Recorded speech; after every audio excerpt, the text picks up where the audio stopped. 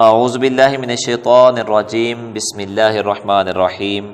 السلام علیکم ناظرین، آپ دیکھ رہے ہیں آئی ڈی ٹی وی، اور میرا آج کا موضوع ہے حضرت فضیل بن عیاض اور خلیفہ ہارون رشید کا سبق آموز واقعہ۔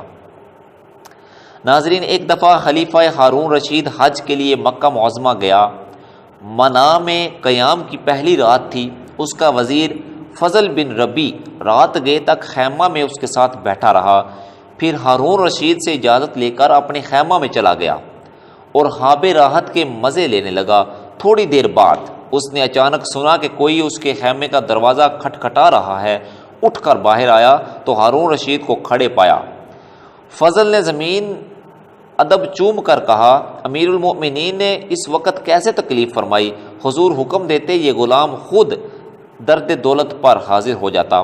ہارون رشید نے کہا کہ اس وقت میرا دل کسی مرد کامل کی زیارت کا متمنی ہے، مجھے کسی ایسے بزرگ کے پاس لے کر چل۔ فضل نے عرض کی کہ یہاں قریب ہی سفیان بن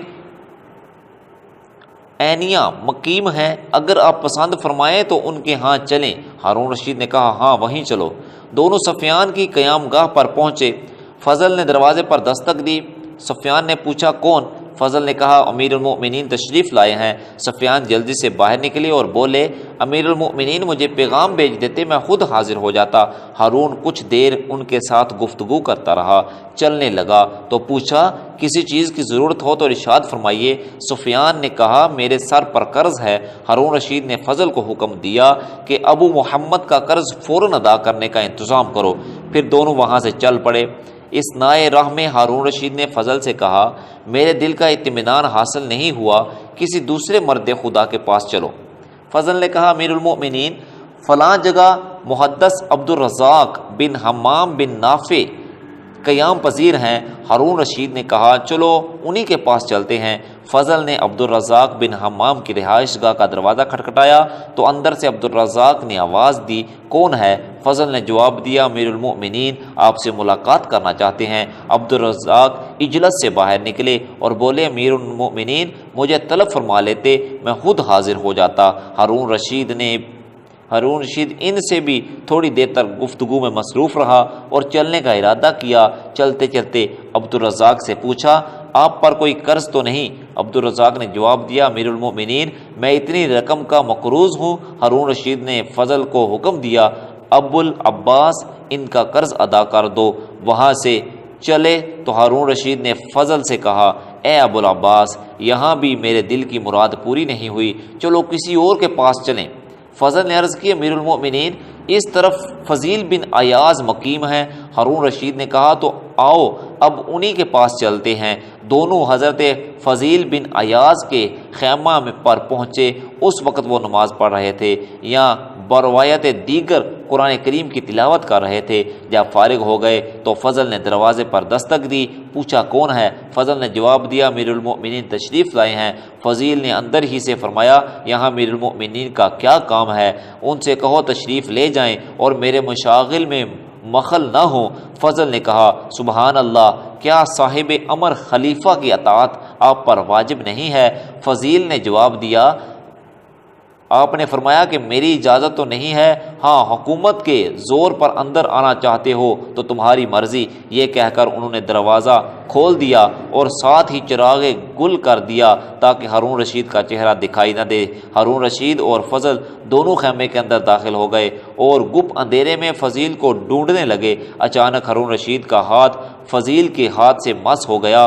انہوں نے فرمایا، کیا ہی نرم ہاتھ ہے، یہ ہاتھ کتنا خوش نصیب ہوگا اگر قیامت کے دن دوزخ کی آگ سے محفوظ رہے۔ ہارون رشید نے کہا، اللہ آپ پر رحمت کرے، ہمیں کوئی نصیحت فرمائیے۔ فضیل بن عیاض تیرے باپ عباس رسول اکرم صلی اللہ علیہ وسلم کے چچا تھے۔ انہوں نے ایک دفعہ حضور صلی اللہ علیہ وسلم سے درخواست کی کہ یا رسول اللہ صلی اللہ علیہ وسلم مجھے کسی علاقہ کی حکومت عطا فرمائیے۔ حضور صلی اللہ علیہ وسلم نے کہا، اے عباس میں نے تمہیں تمہارے نفس پر امیر بنایا، ایسا نفس جو اطاعت حق میں مشغول رہے، اس حکومت سے بہتر ہے جس کی ذمہ داریوں کا کوئی شمار نہیں۔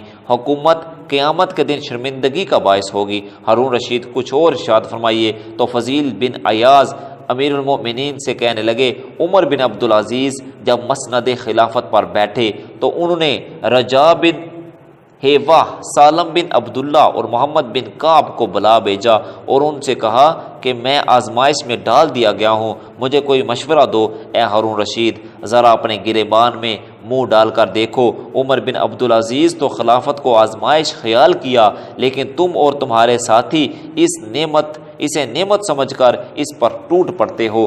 اب سنو کہ عمر بن عبدالعزیز کو سالم بن عبداللہ نے کیا جواب دیا۔ انہوں نے فرمایا اگر آپ چاہتے ہیں کہ قیامت کے دن عذاب الہی سے محفوظ رہیں تو مسلمانوں میں جو بڑی عمر کا ہے اس کو اپنے باپ کی طرح، جو آپ کی عمر کا ہے اس کو اپنے بھائی کی طرح، اور جو لڑکا ہے اس کو اپنے فرزند کی طرح سمجھیے۔ اسی طرح غیر عورتوں کو اپنی ماؤں کی طرح اور بہنوں کی طرح سمجھیے۔ رجا بن حیا نے کہا اگر آپ قیامت کے دن حق تعالیٰ کے سامنے شرمسار ہونا نہیں چاہتے تو مسلمانوں کے لیے وہی پسند کیجئے جو آپ اپنے لیے کرتے ہیں، اور جس چیز کو اپنے لیے برا سمجھتے ہیں اسے مسلمانوں کے لیے بھی برا سمجھیے، پھر جب چاہے بے خوف و خطر اپنی جان خالق حقیقی کے سپرد کر دیجئے۔ اے ہارون رشید، اے خلیفۃ المسلمین، میں بھی تمہیں اسی دن کا خوف دلاتا ہوں جب بڑے بڑے مضبوط قدم ڈگمگا جائیں گے، اللہ تم پر رحمت کرے۔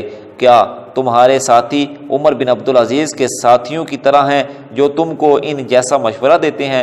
حضرت فضیل کے ارشاد سن کر ہارون رشید پر رکت طاری ہو گئی اور وہ قدر رویا کے غشی طاری ہو گئی۔ جب ہوش آیا تو کہا کچھ مزید فرمائیے۔ فضیل بن ایاز نے کہا اے ہارون رشید، میں تیرے اس حسین و جمیل چہرے سے ڈرتا ہوں کہ کہیں دوزخ کی آگ میں جلس نہ جائے۔ یاد رکھ قیامت کے دن حق تعالیٰ تجھ سے ایک ایک مسلمان کی نسبت سوال کرے گا، اگر تو نے اس سے انصاف کیا یا نہیں، یہاں تک کہ اگر کوئی بڑھیا کسی رات بھوکی سوئی ہوگی تو قیامت کے روز وہ بھی تیرا دامن پکڑے گی اور تجھ سے جکڑا کرے گی۔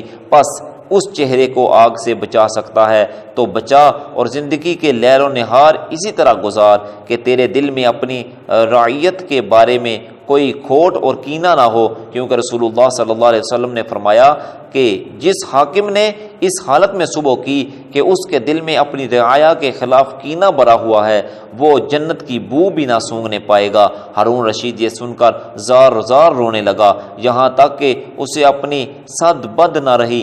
فضل بن ربی نے حضرت ایاز سے کہا امیر المؤمنین سے کچھ نرمی برتیے، آپ نے تو انہیں مار ہی ڈالا ہے۔ ایاز نے فرمایا اے ربی کے بیٹے، ہارون رشید کو تم اور تمہارے ساتھیوں نے ہلاک کیا ہے، میں نے انہیں ہلاک نہیں کیا ہے۔ ہارون رشید کو ہوش آیا تو اس نے حضرت فضیل سے پوچھا آپ پر کوئی قرض ہے؟ فرمایا خدا کا قرض ہے جس کا وہ مجھ سے محاسبہ کرے گا، پس ہلاکت ہے میرے لیے جب مجھ سے باز پرس ہوگی اور میری کوئی دلیل کام نہ آئے گی۔ ہارون رشید نے کہا میں لوگوں کا قرض پوچھتا ہوں۔ فرمایا میرے رب نے مجھے اس کا حکم نہیں دیا، بلکہ یہ حکم دیا ہے کہ میں اس کے وعدہ کو سچا جانوں اور اس کی اطاعت کروں۔ حق تعالیٰ کا ارشاد ہے کہ میں نے جنوں اور انسانوں کو عبادت کے سوا اور کسی غرض کے لیے پیدا نہیں کیا، مجھے نہ تو ان سے رزق حاصل کرنے کی خواہش ہے نہ میں یہ چاہتا ہوں کہ وہ مجھے کھلائیں، بے شک اللہ ہی رازق اور زبردست قدرت والا ہے۔ ہارون رشید یہ 1000 دینار کی تھیلی ہے، میری والدہ کی میراث ہے اور خاص طیب ہے، اس کو قبول فرمائیے۔ فضیل نے کہا افسوس میری تمام نصیحتیں رائے گاں گئیں اور تم نے ان کو دل میں جگہ نہ دی۔ یہ مال اس کو دو جس کو اس کی ضرورت ہے، لیکن تم اس کو دیتے ہو جس کو اس کی ضرورت نہیں۔ یہ مجھ پر ظلم نہیں تو کیا ہے؟ میں تجھے نجات دلانا چاہتا ہوں اور مجھے تو ہلاکت میں ڈالنا چاہتا ہے۔ فضل بن ربی کہتا ہے کہ پھر حضرت فضیل خاموش ہو گئے اور ہم دونوں سلام کر کے ان کی قیام گاہ سے باہر آ گئے۔ راستے میں امیر المؤمنین نے مجھ سے مخاطب ہو کر کہا دیکھا مردان حق ایسے ہوتے ہیں، آئندہ جب بھی تم سے کہوں کہ کسی مرد خدا کے پاس لے چلو تو تم اس قسم کے یعنی فضیل بن ایاز جیسے مرد کے پاس لے جانا۔ حاصل یہ ہوا اس واقعہ سے ہمیں یہ سبق حاصل ہوتا ہے کہ ہم کبھی دنیا دنیا کی طلب میں نہ لگیں بلکہ اپنی آخرت کی فکر کو ملحوظ رکھیں اور خود کبھی کوئی امارت اور وزارت حاصل کرنے کی کوشش نہ کریں۔ البتہ اگر مسلمانوں کے مشوروں سے کوئی عہدہ سونپ دیا جائے تو حضرت فضیل بن عیاض کی ان نصیحتوں کو اپنے سامنے رکھیں۔ اللہ رب العزت ہم سب کو عمل کی توفیق دے اور ہمارے حکمرانوں کو نیک فرمائے۔ وآخر دعوایا ان الحمد للہ رب العالمین۔